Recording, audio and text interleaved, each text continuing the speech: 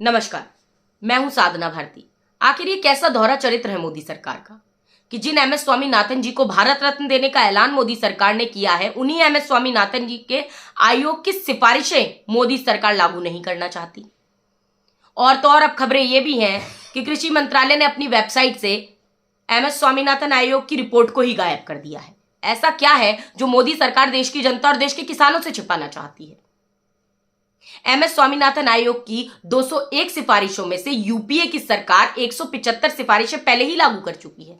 बची है मात्र 26, जिसमें से एक अति महत्वपूर्ण एमएसपी की गारंटी से जुड़ी सिफारिश है, जिसे लेकर कांग्रेस के राष्ट्रीय अध्यक्ष आदरणीय मल्लिकार्जुन खड़गे जी और कांग्रेस नेता आदरणीय राहुल गांधी जी घोषणा कर चुके हैं कि भविष्य में हमारी सरकार आते ही हम एमएसपी की गारंटी देने का काम करेंगे। लेकिन सबसे बड़ा सवाल यह है कि मोदी जी अपने वादों को कब निभाने का काम करेंगे? 2014 से पूर्व भाजपा ने यह वादा किया था कि किसानों को उनकी लागत का 1.5 गुना दाम देने का काम करेंगे। लेकिन मोदी सरकार आते ही सुप्रीम कोर्ट में 2015 में एक हलफनामा मोदी सरकार ने दिया, जिसमें यह कहा गया कि किसानों को उनकी आय का, उनकी लागत का 1.5 गुना दाम नहीं दिया जा सकता। और 2016 में एक आरटीआई के जवाब में केंद्र सरकार ने यह कहा, मोदी सरकार द्वारा यह कहा गया कि किसानों को उनकी लागत का 1.5 गुना दाम देने से बाजार में विकृति आ जाएगी। यही नहीं, इससे पहले भी मोदी सरकार भूमि अधिग्रहण का काला बिल लेकर आई थी, जिसकी खिलाफत न सिर्फ देश के किसानों ने बल्कि विपक्षी दलों ने की, जिसके बाद मोदी सरकार को पीछे हटना पड़ा और भूमि अधिग्रहण का काला बिल वापस लेना पड़ा। लेकिन उसके बाद मोदी सरकार एक और कदम बढ़ाकर आगे आई और किसानों के लिए 3 कृषि काले कानून लेकर आई। 3 कृषि काले कानूनों के खिलाफ किसानों में रोष दिखाई दिया और एक किसानों ने व्यापक आंदोलन किया। एक बड़ा आंदोलन हुआ, जिस आंदोलन में 700 से अधिक किसानों ने शहादत दी। और तो और भाजपा के केंद्रीय मंत्री के बेटे द्वारा किसानों को कार से रौंदा गया। मोदी सरकार द्वारा उस समय भी किसानों के रास्ते को अवरुद्ध किया गया था। किसानों के रास्ते में बल्लम ठुकवाए गए थे, कीलें बिछवाई गई थी।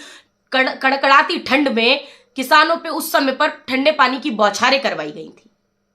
लेकिन अंततोगत्वा किसानों के आगे उस समय मोदी सरकार को झुकना पड़ा था और 3 कृषि काले कानूनों को वापस लेना पड़ा था। और 3 कृषि काले कानून वापस लेने के साथ साथ एमएसपी की गारंटी का एक वादा मोदी सरकार ने किसानों से किया था। लेकिन जब वो वादा पूरा होता किसानों को नजर नहीं आया, तो किसानों ने आंदोलनरत होने की एक बार फिर से ठानी और दिल्ली की ओर कूच किया।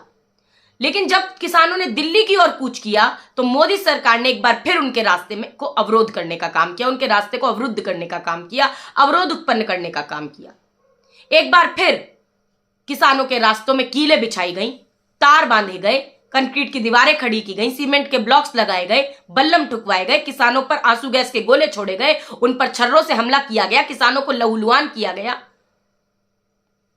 भारत विश्व का सबसे बड़ा लोकतंत्र है, और क्या एक लोकतांत्रिक देश में अपने संवैधानिक अधिकारों का उपयोग करते हुए आंदोलन करना क्या कोई गलत बात है? नहीं है। आंदोलन करना हमारा अधिकार है, धरना प्रदर्शन करना हमारा अधिकार है। लेकिन क्या एक लोकतांत्रिक देश में अपने ही देश के अन्नदाता किसानों पर आंसू गैस के गोले छुड़वाना, छर्रों से हमला कराना, उनके रास्ते को अवरुद्ध करना, क्या यह संवैधानिक कहा जा सकता है? देश के प्रधानमंत्री मोदी जी को यह याद होना चाहिए कि जिस समय पर वो गुजरात के मुख्यमंत्री हुआ करते थे, उस समय पर 2011 में working group of consumer affairs committee के अध्यक्ष रहते हुए मोदी जी ने एक रिपोर्ट मनमोहन सिंह जी की सरकार को, तत्कालीन प्रधानमंत्री जी को सौंपी थी, जिस रिपोर्ट में स्वयं मोदी जी ने एमएसपी की गारंटी की बात कही थी।